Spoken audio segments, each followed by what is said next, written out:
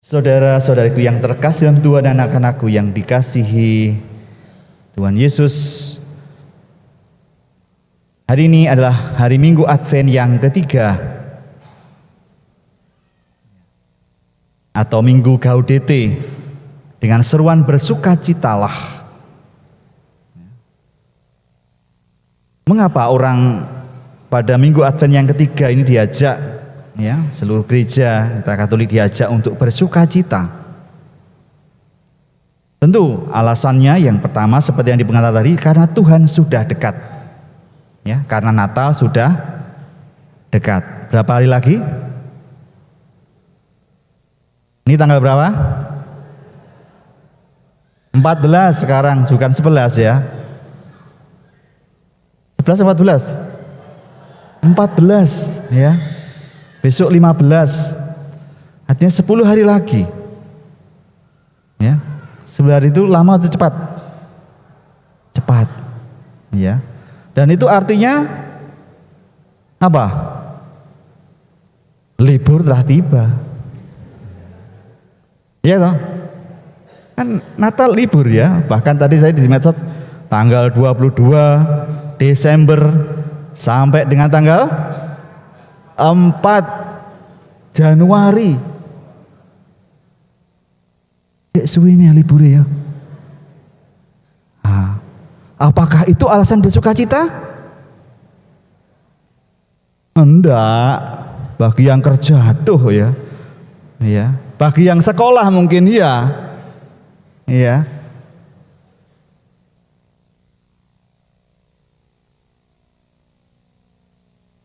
Tuhan tentu ingin mengajak kita hal yang lebih dalam. Melalui Yohanes Pembaptis yang hari ini mengutus murid-muridnya, karena dia dipenjara, dalam keterbatasannya, Jadi orang punya pengharapan itu juga dalam keterbatasannya ya. Kita itu punya harapan, tapi seringkali kita juga terbatas. Ya toh? Kita ingin gitu tapi kita ada batasnya. Demikian juga Yohanes Pembaptis pingin ketemu sendiri dengan Mesias, tapi waktu itu terbatas karena dia dipenjara. Tapi keterbatasannya tidak membuat dia berhenti. Dia mengutus muridnya untuk menanyakan, pergilah kepada Yesus dan engkau yang harus bertanya kepadanya, engkaukah yang akan datang itu atau haruskah kami menantikan orang yang lain? Apa maksud pertanyaan ini? Tentu dalam pikiran Yohanes Pembaptis dia sudah memiliki harapan, gambaran tentang harapan.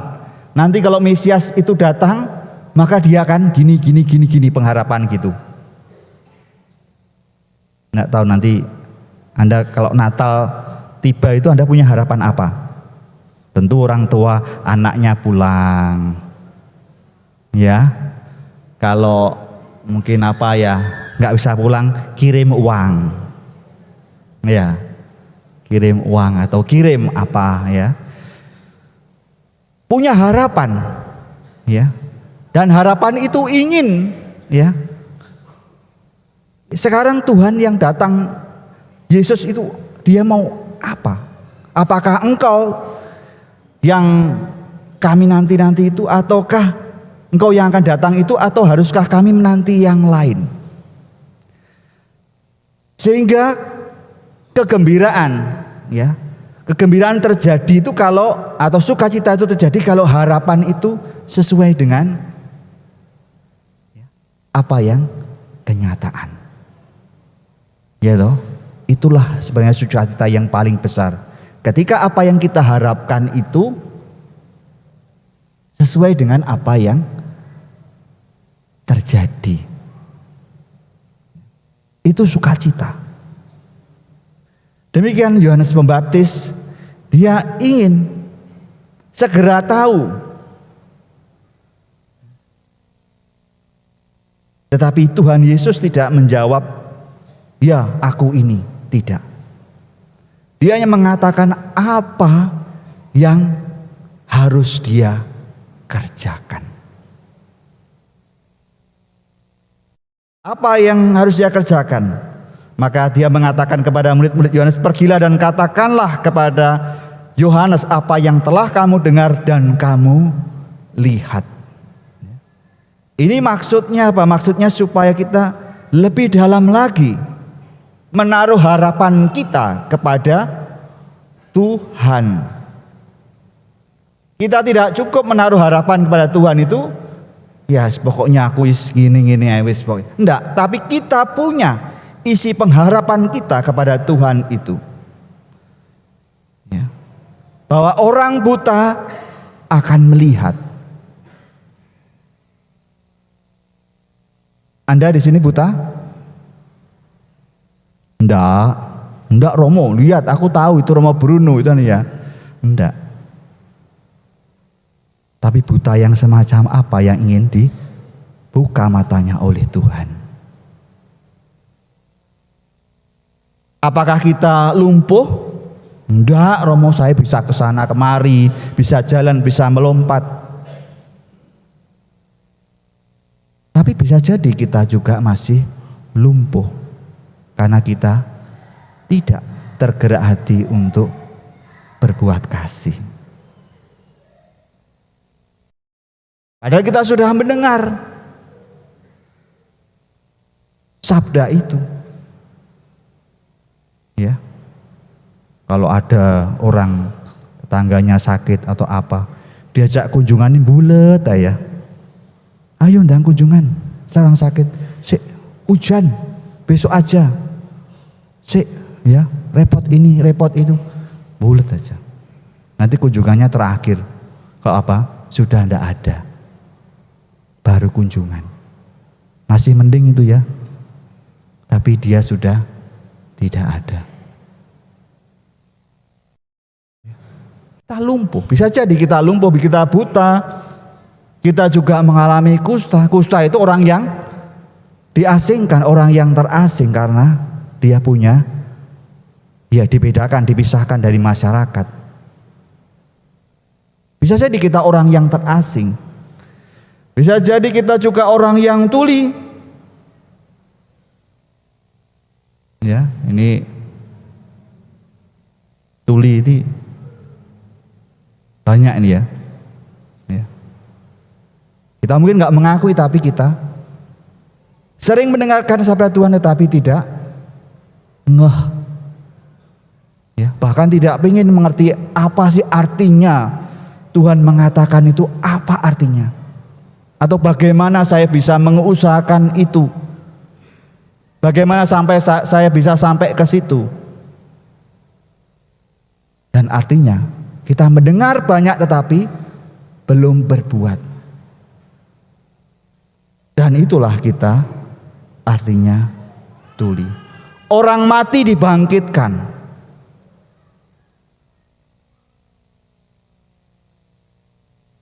Mungkin kita mati. Putus harapan, putus asa. Bagaimana kita bisa bangkit? Ya. Maka itulah harapan-harapan yang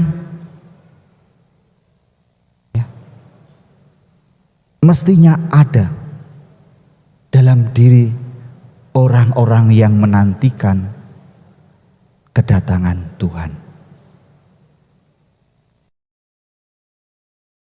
Kedatangan Tuhan itu sungguh membawakan harapan yang besar ya, bagi orang-orang yang benar-benar berharap. Bagi orang yang mau maju dalam imannya, maju dalam kasihnya, maka dia berharap Tuhan itu segera datang. Saudara-saudariku terkasih dalam Tuhan, Advent yang ketiga ini mengajak kita untuk menjadi orang yang mampu bersaksi akan pengharapan terhadap Tuhan. Bagaimana di tengah-tengah kehidupan kita yang seringkali tidak mudah, tetapi kita tetap memiliki pengharapan akan Tuhan. Ya, itu tidak mudah.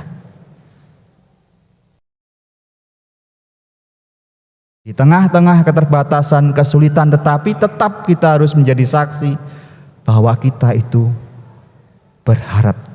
Ya, orang yang berpengharapan, orang yang besar pengharapannya, orang yang mengandalkan Tuhan di dalam hidupnya.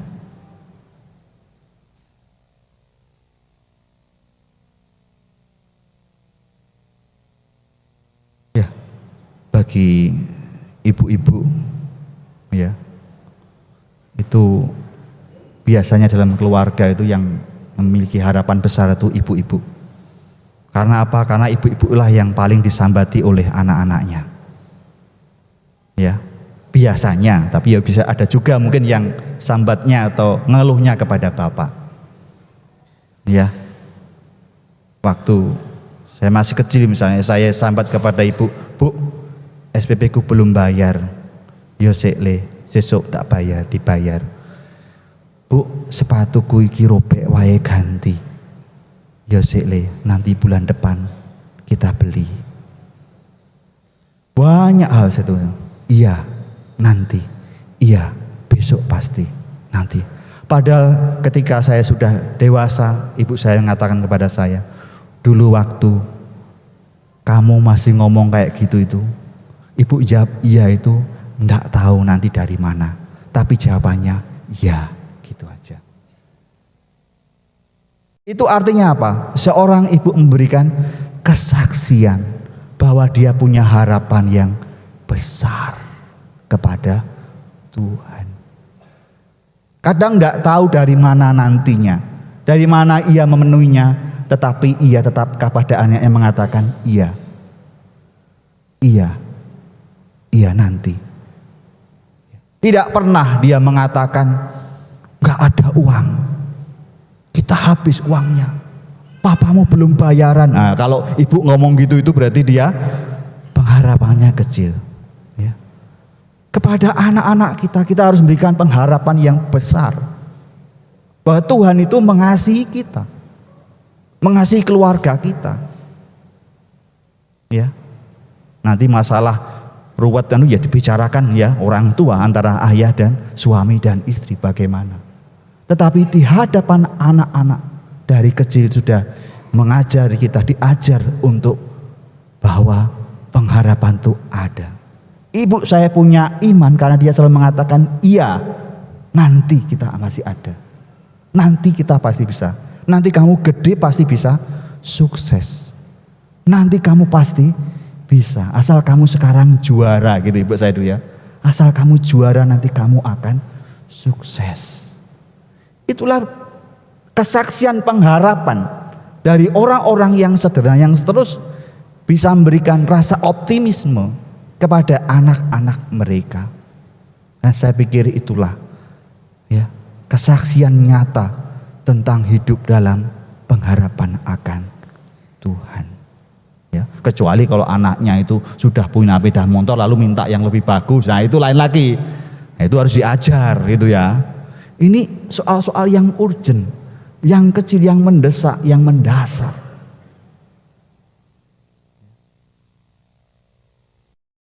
Saudara-saudara sekalian, kita dipanggil oleh Tuhan untuk menjadi saksi akan pengharapan itu. Bahwa kalau Tuhan datang, Tuhan bekerja, orang buta akan melihat. Kita bisa buta, gak tahu rahmat Tuhan bekerja, gak tahu rahmat Tuhan berkarya. Meskipun kita yang hadapi itu sulit ya, di balik kesulitan itu ternyata ada rahmat yang bekerja dalam hidup kita. Contohlah, kita menghadapi masalah yang berat. Kita merasa berat, kita merasa tidak kuat.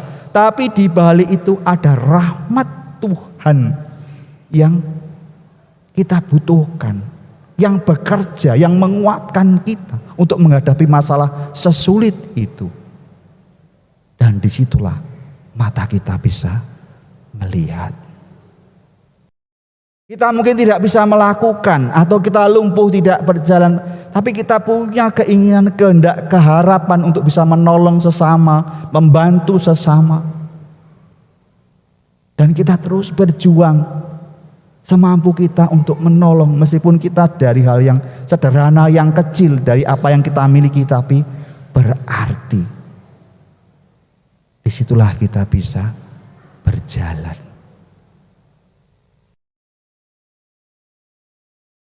Saudara-saudariku yang terkasih dalam Tuhan, sekali lagi marilah kita menjadi saksi sebagai orang yang berharap kepada Tuhan. Supaya ya anak-anak kita, keluarga kita itu ya memiliki keyakinan yang kuat akan Tuhan yang tidak pernah akan meninggalkan kita semua. Tuhan yang akan membangkitkan, Tuhan akan membuat kita mendengar, Tuhan akan membangkitkan kita dari kematian dan memberikan kabar baik kepada kita, orang yang miskin, kepada orang yang sungguh berharap. Ya, orang miskin adalah orang yang berharap. Harapannya hanya pada Tuhan. Itu orang miskin yang sesungguhnya. Ya, kalau orang yang masih berharap pada hal-hal yang lain, itu dia belum miskin di hadapan Tuhan. Maka mari kita di Advent yang ketiga ini, kita semakin merasakan sukacita yang besar dalam hidup kita. Karena kita semakin sama harapan dalam diri kita, kedalaman batin kita, dengan apa yang nanti Tuhan kerjakan ketika Dia datang. Berkat Allah menyertai kita semua. Amin.